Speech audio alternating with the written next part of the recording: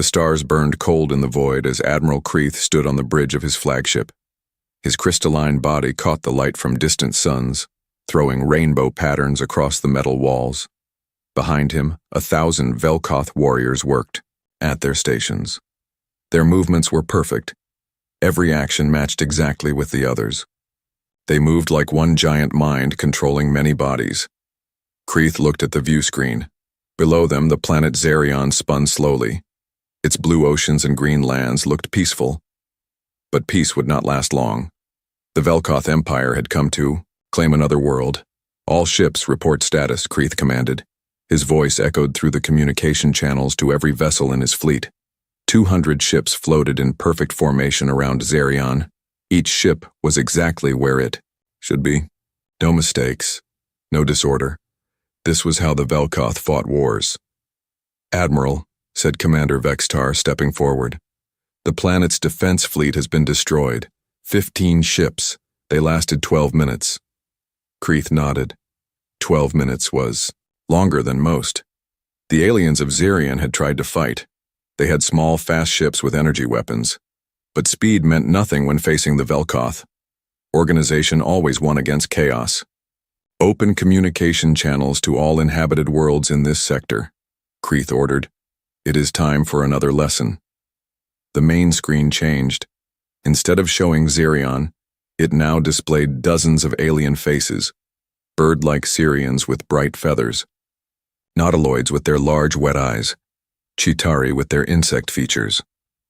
All of them looked afraid. Fear was good. Fear made surrender easier. Kreeth walked closer to the screen.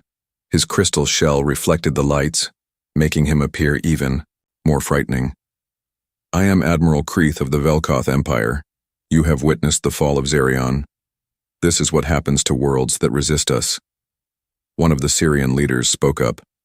His feathers were shaking. "Admiral, please.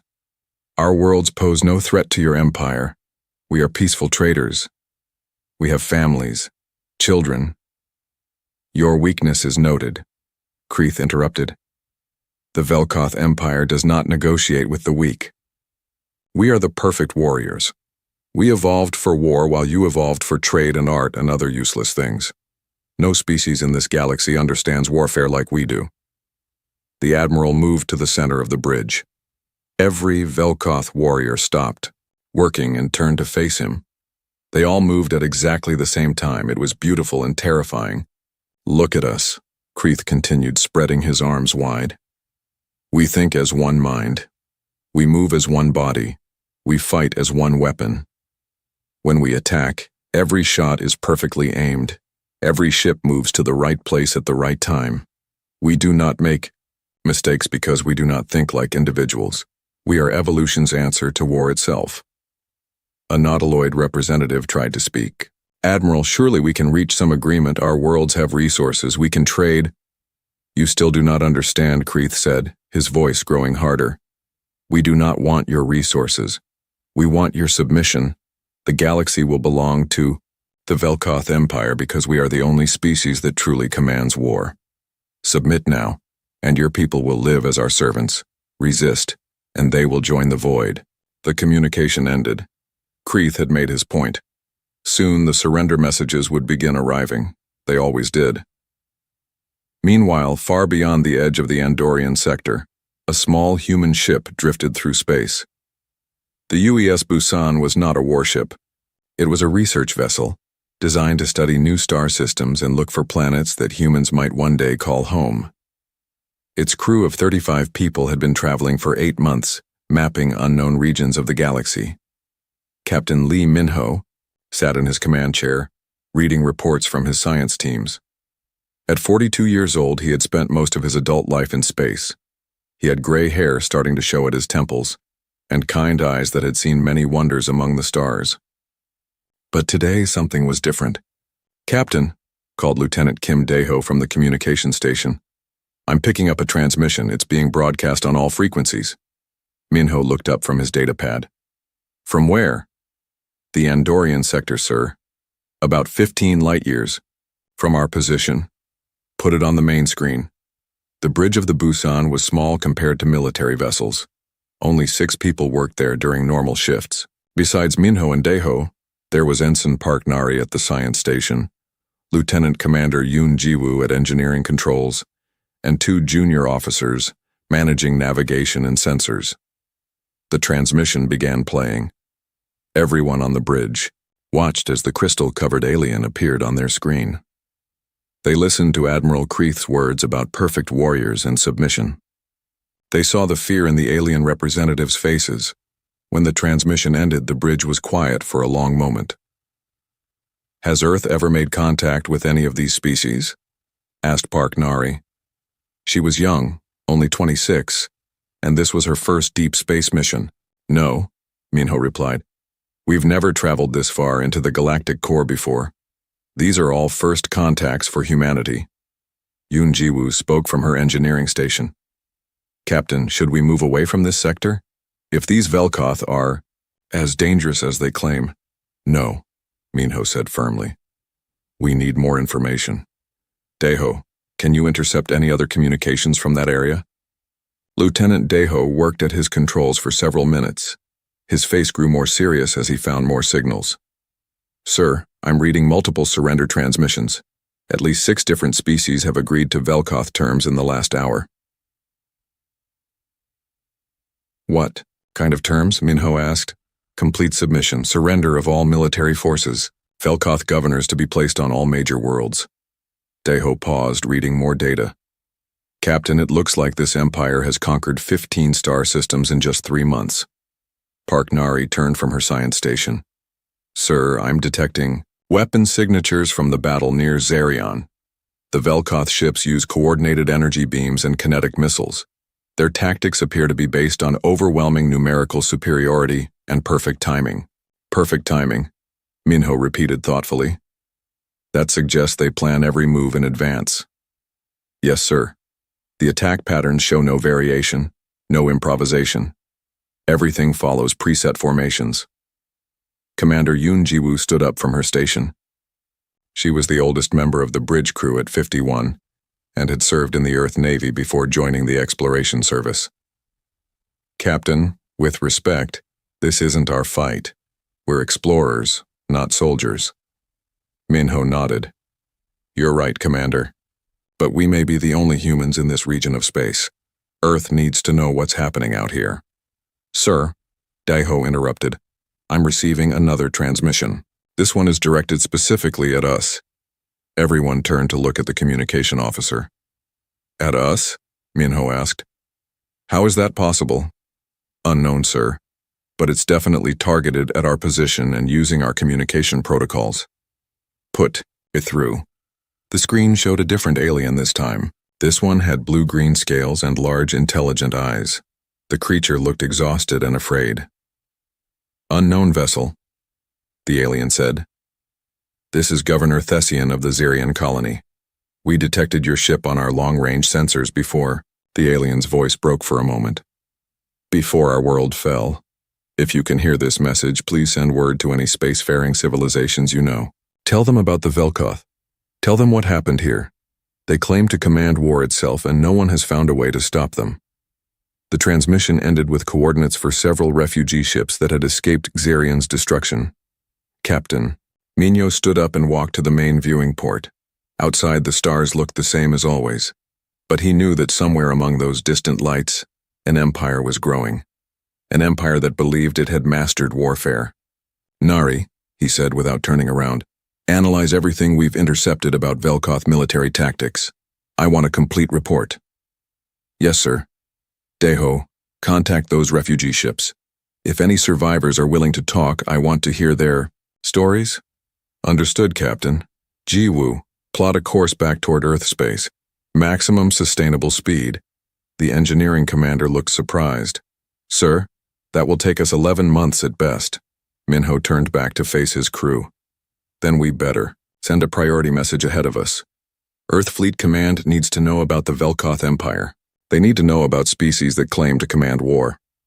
"What should the message say, Captain?" asked Lieutenant Daeho. Minho thought for a moment. He looked again at the screen where Governor Thessian's desperate face had appeared. He thought about the fear in the alien representatives' voices. He considered the cold confidence of Admiral Kreith. Tell Earth Command that we've discovered a military empire that has conquered 15 star systems using superior tactics and organization. Tell them the Velkoth believe they are the galaxy's perfect warriors. And tell them— Minho paused. Tell them that these aliens have never encountered humans before. Over the next few hours, the crew of the Busan worked to gather as much information as possible. They contacted 3 refugee ships and spoke with survivors from different worlds. The stories were all similar. The Velkoth would arrive with overwhelming numbers. They would demonstrate their perfect coordination and tactical superiority. Then they would offer terms: surrender or die. Most species surrendered. The few that chose to fight were destroyed quickly and efficiently. The Velkoth never seemed to lose ships in these battles. Their formations were too perfect. Their Tia.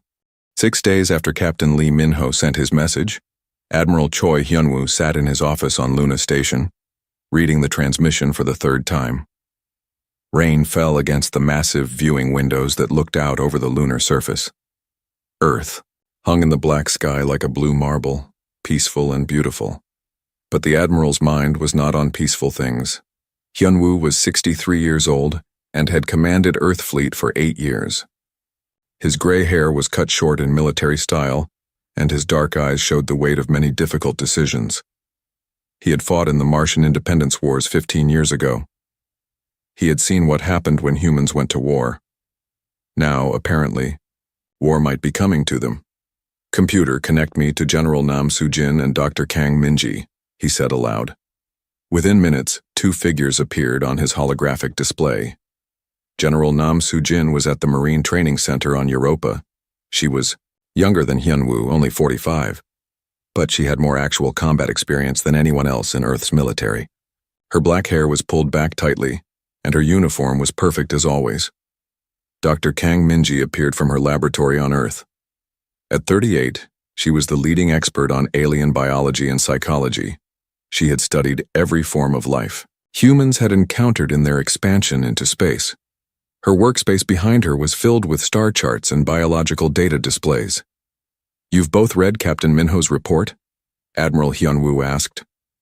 "Yes, sir," General Soo-jin replied immediately. The Velkoth Empire represents a clear threat to human expansion and potentially to Earth itself. Dr. Min-ji nodded more slowly. "Admiral, the psychological profile is concerning.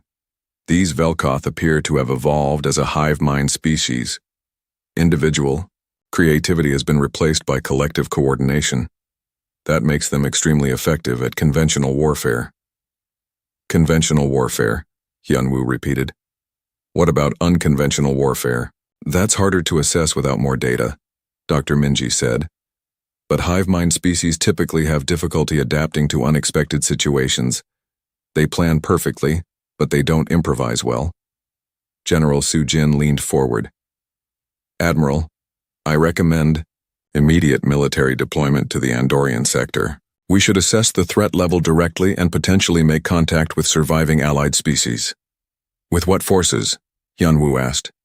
"Our nearest ships are months away from that region. The Sol is completing its shakedown cruise in the Centauri system," Soo-jin replied. "Captain Shin Taehyung's crew has been training on the new quantum weapon systems. The ship could reach the Andorian sector in 3 weeks. Dr. Min-ji looked concerned. "General, sending one ship against an empire that has conquered 40 worlds seems exactly like something humans would do," Soo-jin interrupted. "Doctor, with respect, you study aliens. I study war. These Velkoth have been successful because they fight predictable enemies with predictable tactics. They've never faced humans." Admiral Hyunwoo had been quiet, thinking. Now he spoke. "Dr. Min-ji, in your opinion, what would happen if we tried to negotiate with this empire?"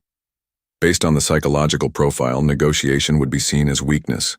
The Velkoth appear to believe that military superiority is the only meaningful form of communication.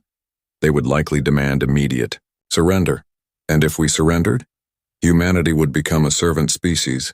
Our creativity and independence would be seen as dangerous. They would probably try to change our society to match their hive mind structure. General Soo-jin made a sound of disgust. That will never happen. Then we're looking at eventual conflict, Hyunwoo said. The question is whether we engage now on our terms or wait for them to find Earth. The three leaders sat in silence for a moment. Outside the Admiral's window, Earth continued its slow rotation. Somewhere on that blue world, 3 billion humans lived their lives. Most of them had never heard of the Velkoth Empire. Most of them had no idea that their future might depend on decisions made in the next few hours. Tell me about the Soul, Admiral Hyunwoo said finally. General Soo-jin straightened. It's our most advanced battleship. Quantum torpedo systems, adaptive AI targeting, enhanced shielding. But more importantly, Captain Tae-hyung's crew represents our best tactical thinking. How? So? They're trained in asymmetric warfare. Instead of fighting like every other species, formations, predetermined tactics, standard procedures, they're taught to improvise. Every simulation they run is different. Every battle plan changes based on real-time conditions. Dr. Minji looked interested. That sounds like the opposite of Velkoth methodology. Exactly, Soo-jin said. The Velkoth perfect their tactics by repetition. Humans perfect their tactics by variation. Admiral Hyunwoo stood up and walked to his window. Earth looked so peaceful from here. If we send the Soul, what would their mission be? Initially reconnaissance, General Soo-jin replied. Assess Velkoth capabilities, make contact with refugee populations, gather intelligence. And if they're discovered? Then Captain Tae-hyung improvises. The Admiral turned back to face the holographic displays. Dr. Minji, what's your assessment of the risks? High, Admiral, but the alternative may be worse. If the Velkoth continue expanding, they will eventually reach human space. When that happens, they'll arrive with the combined resources of hundreds of conquered worlds. Better to face them now, while they only control 40 worlds? Better to face them before they know we exist. Admiral Hyunwoo made his decision. General Soo-jin, contact Captain Tae-hyung. The Soul is to depart for the Andorian sector immediately. Mission parameters, gather intelligence, assess threat level, and... He paused. And demonstrate human capabilities if necessary. Understood, sir. Dr. Minji, I want a complete xenological profile of the Velkoth sent to the Soul. Everything we can deduce from Captain Minho's data. I'll have it ready within 12 hours. 2 days later, Captain Shin Tae-hyung stood on the bridge of the UES Soul as it prepared to depart Centauri Station. He was 35 years old and had been commanding starships for 6 years. Unlike many military officers, he had studied history and philosophy before joining the Navy. He believed that understanding why humans fought was more important than understanding how they fought. The Soul was beautiful and deadly. Its hull was dark gray, almost black, with lines that seemed to flow like water frozen in motion. The ship was 800 meters long and carried a crew of 200, but it was not the size that made it special. It was the technology and the people who used it. All stations report ready, Captain, said Commander Ojina, his first officer. She was 32 and had served with Tae-hyung for 3 years. They worked together like dancers who had practiced the same routine many times. Engineering reports quantum drive ready for jump, called Lieutenant Han Wubin from the weapons station. He was only 28 but had top scores in every tactical simulation Earth fleet had ever created. Navigation has our course laid in, reported Chief Petty Officer Lim So-young. She managed the Soul's shield and sensor systems with an expertise that bordered on instinctive. Marines are secured for departure, added Sergeant Major Bae Dong-yun over the communication system. His voice carried the confidence of someone who had never lost a battle. Captain Tae-hyung looked around his bridge. These were good people. Smart people. People who could think for themselves and work together without losing their individuality. The Velkoth had never faced anything like them. Take us out, Chief Lim. The Soul moved away from Centauri Station like a shadow sliding across the stars.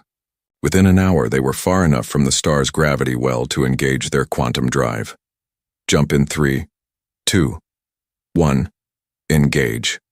Space twisted around them, and the Soul vanished from the Centauri system. During the 3-week journey to The Andorian sector, the crew studied everything Earth Command had learned about the Velkoth Empire. They ran simulations based on the tactical data Captain Minho had gathered. They practiced scenarios that conventional military doctrine said were impossible. Dr. Minji's xenological report made for interesting reading.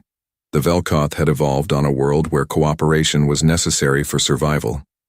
Over millions of years, they had developed a collective consciousness that allowed perfect coordination between individuals.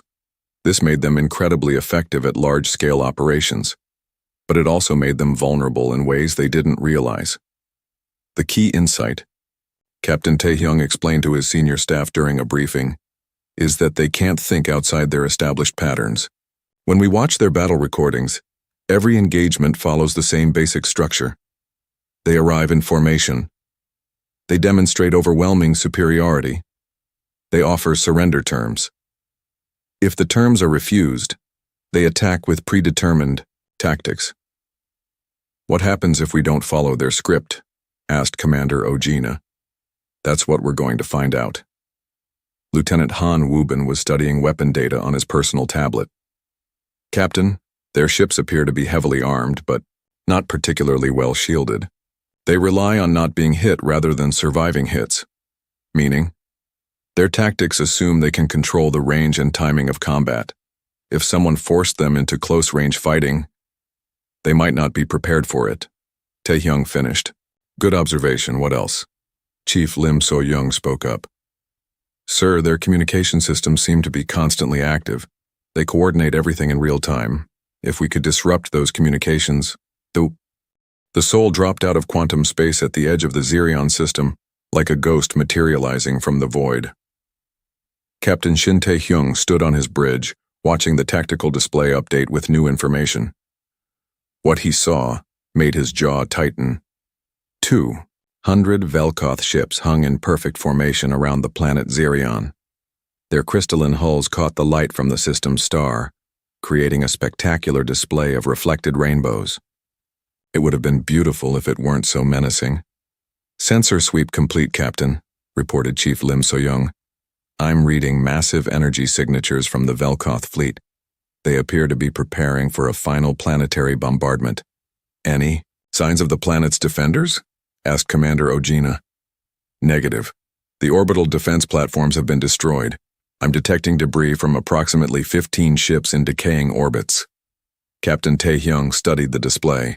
The Velkoth formation was exactly what Dr. Minji's report had predicted. Ships arranged in precise geometric patterns, each vessel maintaining perfect distance from its neighbors. No wasted movement, no redundancy. It was militarily efficient and completely predictable. Lieutenant Wubin, analysis of their weapons systems? The young tactical officer worked at his station for several minutes before responding. Sir, they're using coordinated energy beams and kinetic missile systems. The interesting thing is that every ship fires at exactly the same moment. They're not targeting individual threats. They're creating overlapping fields of destruction. Overlapping fields, Taehyung repeated thoughtfully. That suggests they expect their enemies to maintain formation as well. Yes, sir. Their tactics assume the enemy will fight conventionally. Sergeant Major Bae Donghyun's voice came over the communication system from the marine deck. Captain, are we going to help the people on that planet? Taehyung looked at the planet on his screen. Xerion was beautiful, with blue oceans and green continents. Somewhere down there, millions of beings were waiting to discover their fate. The Velkoth would either accept their surrender or destroy their civilization. That's exactly what we're going to do, Sergeant Major, but not in the way they expect. The captain turned to his crew. All right, people. We're about to make first contact with a species that believes it commands war itself. They've never lost a battle. They've never encountered resistance they couldn't overcome. Today that changes. Sir, Commander Ojina said quietly, there are 200 of them and one of us, which means they'll underestimate us. Taehyung smiled grimly. Chief Lim, take us closer. I want to decloak right in the middle of their formation. Sir? Chief Lim looked surprised. That would put us in weapons range of 50 ships simultaneously. Exactly. They won't expect anyone to be that aggressive. Their perfect formation becomes a trap if we're already inside it. The Soul moved forward under its cloaking field. The advanced stealth system was one of humanity's most closely guarded technologies. It didn't just hide the ship from sensors. It made it functionally invisible until the crew chose to reveal themselves. As they approached the Velkoth fleet, Captain Tae-hyung opened a channel to all stations. "This is the captain. In approximately 5 minutes, we're going to announce humanity's presence to the galaxy.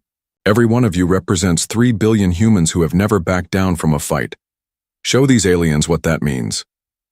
The Soul slipped between the Velkoth ships like a shadow moving through a crystal garden. The alien vessels maintained their perfect spacing, unaware that a human warship was now positioned at the exact center of their formation. "We're in position, Captain," Chief Lim reported. "Decloak us." The Soul suddenly appeared on every Velkoth sensor screen simultaneously. Admiral Kreeth, who had been reviewing surrender terms from 3 more species, looked up in shock as his officers reported the impossible. "Admiral," called one of his subordinates, "an unknown vessel has appeared inside our formation."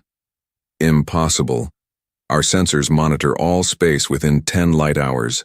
Nothing could approach without detection." "Sir, it's right there." The Velkoth officer pointed at the tactical display. A sleek, dark ship hung in space exactly where their formation was weakest. Admiral Kreeth studied the new vessel. Its design was unlike anything in Velkoth databases. The hull seemed to flow like liquid metal, and the weapon emplacements were positioned in patterns that made no tactical sense according to established military doctrine. "Scan the ship. Identify its species and capabilities." "Sir, the scanning is being blocked. The vessel appears to be using some form of adaptive shielding." "Then we will ask them directly." Admiral Kreeth activated the fleet-wide communication system. "Unknown vessel, you have entered Velkoth space during military operations. Identify yourself and state your intentions." On the Soul's bridge, Captain Tae-hyung received the transmission. The Admiral's crystalline features appeared on the main screen, and his voice carried the absolute authority of someone who had never been challenged. "Captain," Commander Ojina said quietly, 200 ships have us targeted." "Let them." Tae-hyung stepped forward and activated the communication system. "Admiral Kreeth, I presume. This is Captain Shin Tae-hyung of the United Earthship Soul. You have threatened peaceful civilizations under the protection of the Terran Federation. Withdraw your forces or face the consequences." The bridge of Admiral Kreeth's flagship fell, silent. Every Velkoth officer turned to stare at their admiral. No species had ever spoken to them this way. No single ship had ever demanded that the entire Velkoth fleet withdraw. Admiral Kreeth began to laugh. The sound was like grinding crystal, sharp and unpleasant. "Captain Tae-hyung, you command 1 ship. I command 200. You are surrounded and outnumbered. Surrender immediately and your crew will be allowed to live as servants of the Empire." "Admiral," Captain Tae-hyung replied calmly, "you misunderstand the situation. You may command 200 ships, but I command something more valuable." "And what is that?" "Chaos." Before Admiral Kreeth could respond, the Soul opened fire. But not in any pattern the Velkoth had ever seen. Lieutenant Wubin targeted 3 ships simultaneously with quantum torpedoes that moved in curved paths instead of straight lines. Chief Lim activated the Soul's special maneuvering systems, causing the ship to spin and dive in directions that seemed to violate the laws of physics. The Velkoth formation, designed for perfect coordination, became a liability as ships found themselves firing at positions where the Soul no longer was.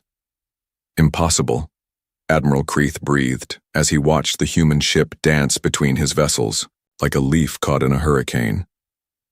"How are they moving like that?" "Admiral," one of his officers reported, "the enemy ship's movements don't follow any known tactical doctrine.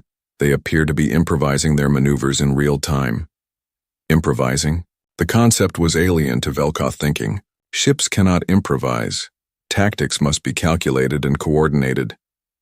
But the Soul continued to prove him wrong. Captain Tae-hyung's crew worked together with a fluid creativity that the Velkoth couldn't comprehend. Each officer anticipated what the others would do, but not because they were following a predetermined plan. They were responding to the battle as it developed, adapting their tactics moment by moment. Chief Lim, bring us around to bearing 270. Lieutenant Wubin, target their communication array on the flagship. Sir, that will put us directly between 15 enemy ships. I'm counting on it. The Soul spun through space, using the Velkoth, ships themselves as cover.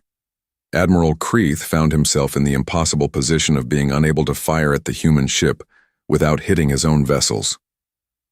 All ships, modify formation to Pattern 7, he commanded. But Pattern 7 was designed for fighting enemies who stayed in predictable positions. The Soul was already moving to a new location before the Velkoth ships could complete their repositioning. Lieutenant Wubin fired a series of quantum torpedoes that struck the flagship's communication array.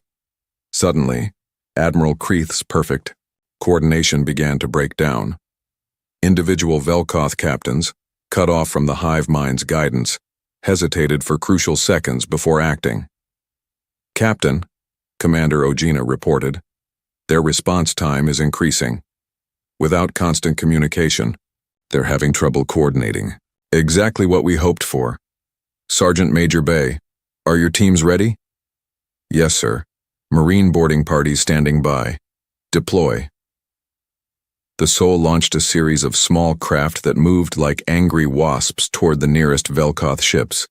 But these weren't conventional boarding shuttles. They were equipped with the same adaptive technology as the Soul itself, making them nearly impossible to target effectively.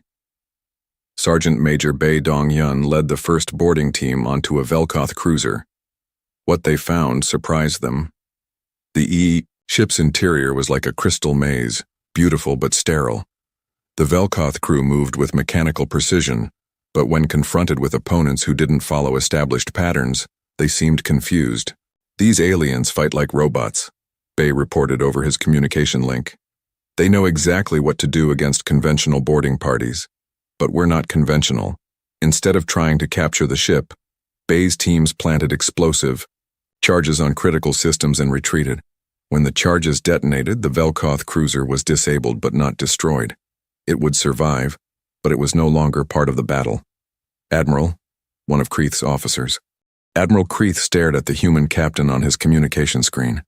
The crystal formations on his head reflected the emergency lighting from his bridge, creating sharp patterns of red and orange. Around him, his officers worked frantically to assess the damage from the Soul's unexpected attack. Terms?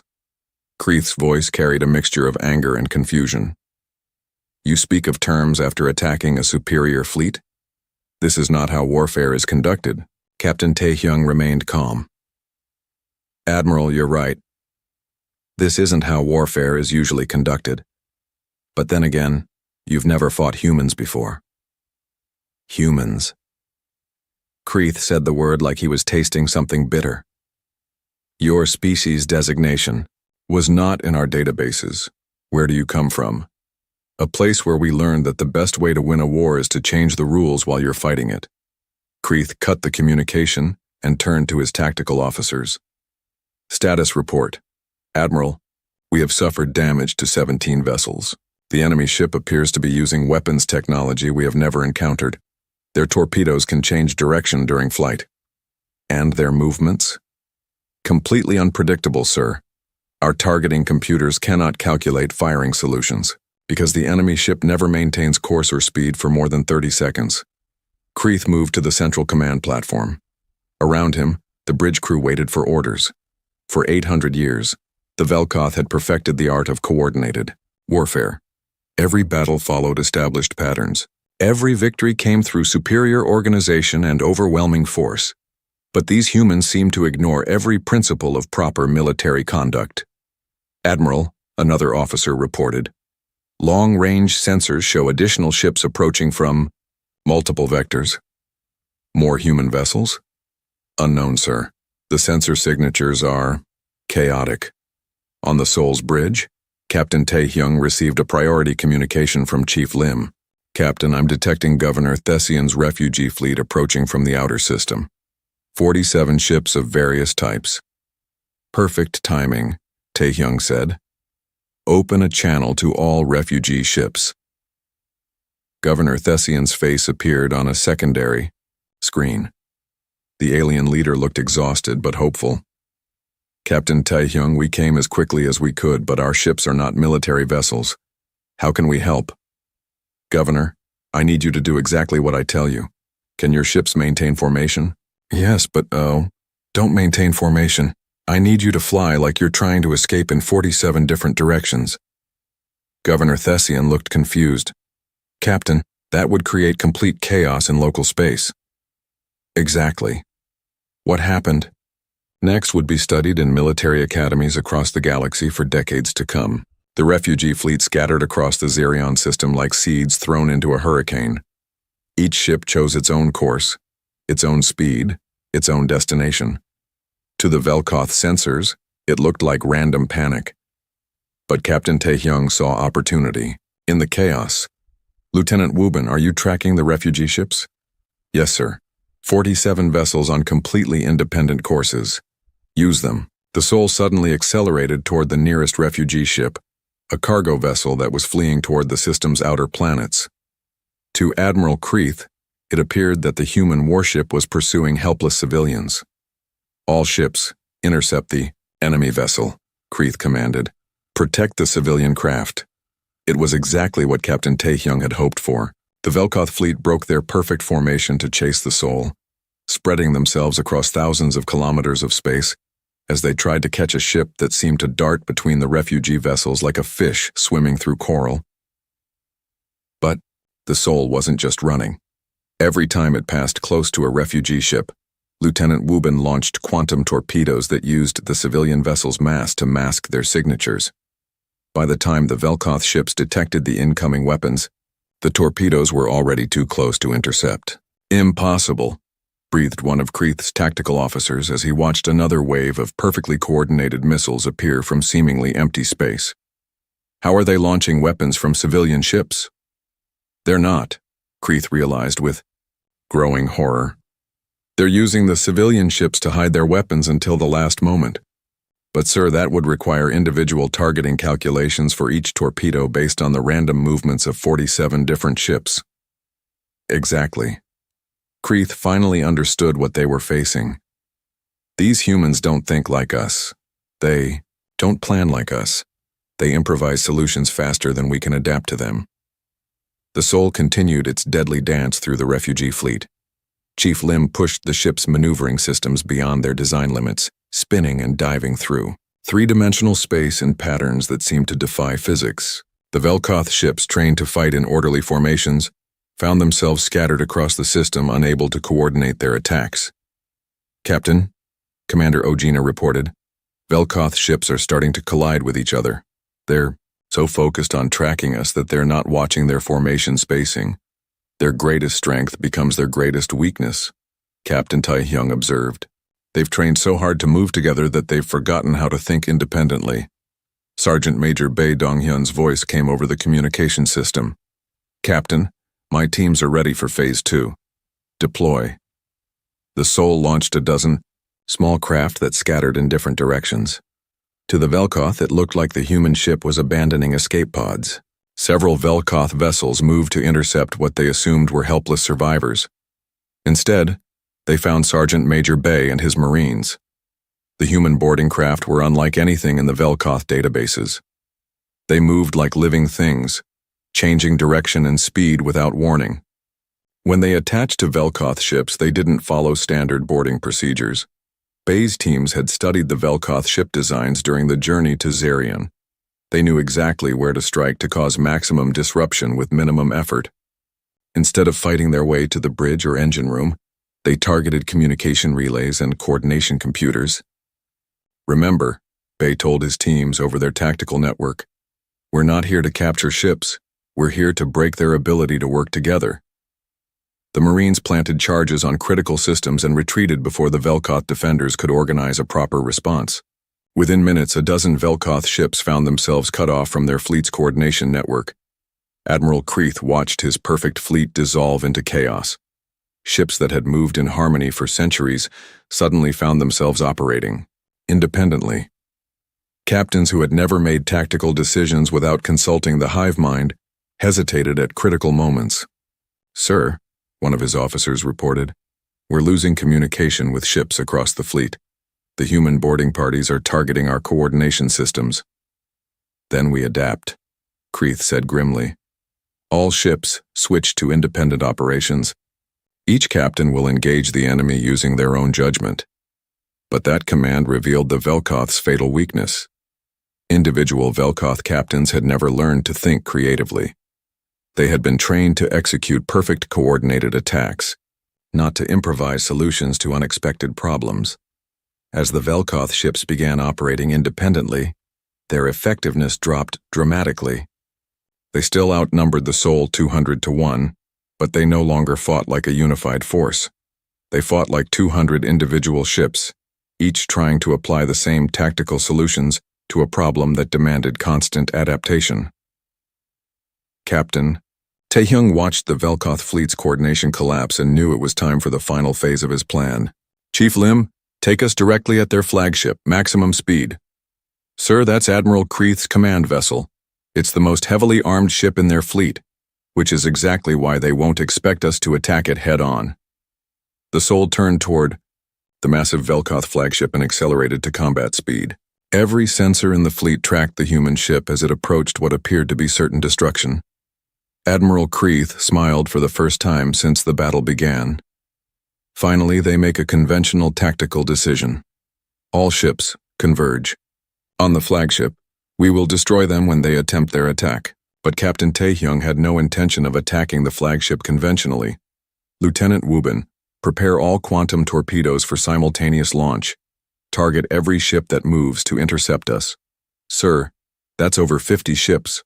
We don't have enough torpedoes for individual targeting." "We don't need individual targeting, we need area saturation." The Sol fired every torpedo it carried in a single massive volley, but instead of targeting specific ships, the torpedoes were programmed to detonate in a pattern that would create overlapping energy fields throughout the space around the flagship. The Velkoth ships moving to intercept the Sol suddenly found themselves flying through a minefield of quantum explosions. Their perfect formation, designed to maximize firepower and minimize vulnerability, became a death trap as energy cascaded from ship to ship. "All ships, scatter," Admiral Kreith commanded, but it was too late. The quantum field created by the Sol's torpedoes was disrupting the energy flows through his ship's crystalline hulls. Systems failed across the fleet as the aliens' own technology turned against them. In the chaos of the quantum field, the Sol did something that no Velkoth tactician could have predicted. Instead of pressing its attack on the damaged ships, 2 weeks after the Battle of Zirion, news of humanity's victory had spread across the galaxy faster than quantum communication networks could carry it. In the council chambers of a dozen different species, alien leaders gathered around holographic displays showing the impossible: the mighty Velkoth Empire, defeated by a single human ship. On the bridge of the Sol, Captain Shin Taehyung read the latest diplomatic messages flooding in from across known space. The Syrian Confederacy had sent 3 separate requests for military alliance discussions. The Nautiloid Republic was offering trade agreements and requesting human military advisors. Even species that had never made contact with anyone were suddenly broadcasting their coordinates and asking for human protection. "Captain," Commander Ojina said, looking up from her communication station, "we're receiving another priority message from Admiral Kreith. He's requesting permission to come aboard." Captain Taehyung set down his datapad and looked at the tactical display. The Velkoth fleet had spent the last 2 weeks in emergency repairs, their perfect formation replaced by chaotic clusters of damaged ships. More than half their vessels were still only partially operational. Has he explained why he wants to meet face-to-face? No, sir. But the message indicates he's willing to come alone, without escort. Lieutenant Han Wubin looked up from his weapons station. Captain, that would be unprecedented. Velkoth commanders never leave their flagship during military operations. Then he must have something important to discuss. Taehyung made his decision. Grant permission, but full security protocols. Sergeant Major Bay's teams will escort him from the shuttle bay. An hour later, Admiral Kreith stepped aboard the Sol for the first time. The Velkoth commander was even more impressive in person than he had appeared on communication screens. His crystalline exoskeleton caught the ship's lighting and threw prismatic patterns across the corridor walls. He moved with precise, measured steps that spoke of centuries of military discipline. Sergeant Major Bei Dongyun and 4 Marines escorted the alien admiral through the ship's corridors. Bei noticed that Kreeth observed everything with intense curiosity, studying the human ship's design and layout as if trying to solve a puzzle. Your vessel's internal architecture is chaotic, Kreeth observed as they walked. How so, Admiral? Bei asked. Velkoth ships are designed for maximum efficiency. Every corridor serves a specific purpose. Every room is positioned for optimal function. But your ship seems to have been designed by multiple minds working independently. Bei smiled slightly. Actually, Admiral, that's exactly how it was designed. Different teams of engineers working on different sections, then connecting them together. No single mind could have created something this complex. They entered the Soul's main conference room, where Captain Taehyung waited with his senior staff. The room was deliberately simple, with a large table surrounded by chairs that could accommodate various alien physiologies. The only decoration was a large viewing port that showed the stars beyond. Admiral Kreeth examined each human face carefully before taking his seat. Captain Taehyung, Commander Ojina, Lieutenant Wubin, Chief Lim So-young, and Sergeant Major Bei. 5 individuals who had somehow worked together to accomplish what entire civilizations had failed to do. Admiral, Captain Taehyung said formally, welcome aboard the Soul. May I ask what brings you here? Kreeth was quiet for a long moment, his crystalline features reflecting the starlight from the viewing port. Captain, in 800 years of Velkoth military history, no enemy has ever forced our fleet to retreat. No species has ever defeated our coordinated tactics. No single ship has ever survived combat against a full Velkoth battle group. And now, Taehyung asked, now I must understand how it was possible. Dr. Kang Minji's voice came over the communication system from Earth. She had been monitoring the meeting remotely, ready to provide xenobiological expertise if needed. Admiral Kreeth, if I may ask, how does your species normally learn about new military tactics? Kreeth turned toward the communication speaker. All knowledge is shared through the collective consciousness. When one Velkoth learns a new technique, all Velkoth learn it simultaneously. This allows us to perfect our strategies across the entire species. And that knowledge is coordinated centrally? Yes. Perfect coordination requires perfect information sharing. Captain Taehyung leaned forward. Admiral, may I show you something? At Taehyung's signal, Lieutenant Wubin activated a holographic display showing the Battle of Xerion from multiple perspectives. The humans watched as their own tactics played out in 3-dimensional detail. Tell me, Admiral, when you watch this battle, what do you see? Kreeth studied the display intently. I see chaos. Your ship's movements follow no established patterns. Your weapons fire appears random. Your coordination with the civilian vessels makes no tactical sense. And yet we won. Yes. Kreeth's voice carried a note of frustration. You won using techniques that should not work. Commander Ojina spoke up. Admiral, may I ask how Velkoth commanders are trained? We study every successful battle in our history. We memorize the optimal responses to every tactical situation. We practice until our coordination is perfect. And what happens when you encounter a situation that's not in your historical database? Kreeth was quiet for a moment. That has never happened before. Until now, Lieutenant Wubin said quietly. Chief Lim So-young activated another section of the holographic display. Admiral, watch this sequence where we use the refugee ships to mask our torpedo approach. How would Velkoth doctrine handle that situation? It would not occur, Kreeth replied immediately. Velkoth forces do not use civilian vessels in combat operations. It is inefficient and unpredictable. But if it did occur, we have no established response to such tactics. Captain Taehyung stood up and walked to the viewing port. Beyond, The transparent metal Zarian continued its slow rotation. Its people safe for now. Admiral, let me explain something about humans. We don't have a collective consciousness. Every person on this ship thinks independently. When we face a new problem, 200 different minds start working on 200 different solutions. That sounds inefficient. It is inefficient, it's also unstoppable. Taehyung turned back to face the Velkoth commander. Your species perfected coordination, Admiral. You can execute flawless, predetermined strategies. But when something unexpected happens, your entire military structure freezes while waiting for new orders from the collective. Whereas humans adapt. Every officer on this ship has the authority to make tactical decisions. When Lieutenant Wubin saw an opportunity to use the civilian ships as cover, he didn't wait for orders.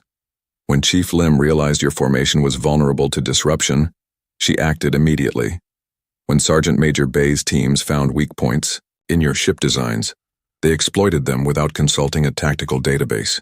Dr. Minji's voice came through the speakers again. Admiral, this represents a fundamental difference in military philosophy.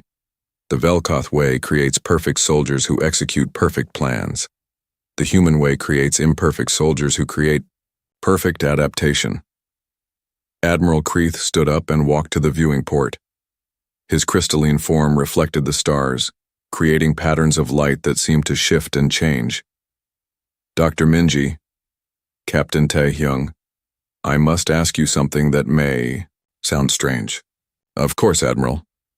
Could humans teach other species to fight this way?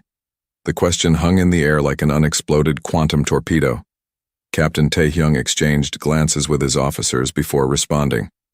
Admiral, why would you want to learn human tactics?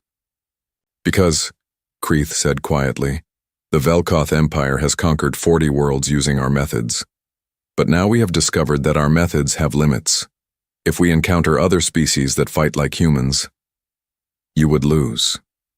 Yes. The admission seemed to pain the proud alien commander. Captain, the Velkoth have never asked another species for help. But I must ask, would humans be willing to share their knowledge of warfare? Sergeant Major Bay spoke up.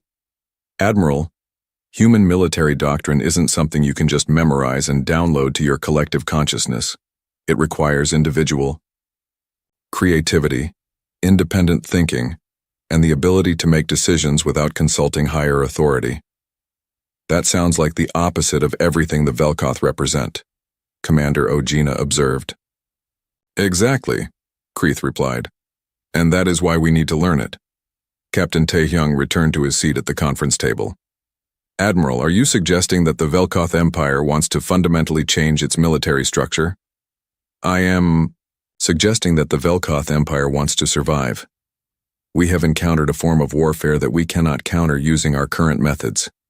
Either we adapt, or we face eventual defeat by any species that learns to fight like humans. The implications of Kreeth's words were staggering. The most militarily successful empire in galactic history was asking for help from a species they had never heard of 2 weeks ago. There would be conditions, Captain Taehyung said carefully. What conditions? First, the Velkoth Empire ends, its expansion. No more conquered worlds. Kreeth nodded. Acceptable. Second, the worlds you've already conquered are given the option of independence or voluntary association. That would be difficult. Many of our subjects, Admiral, Dr. Minji's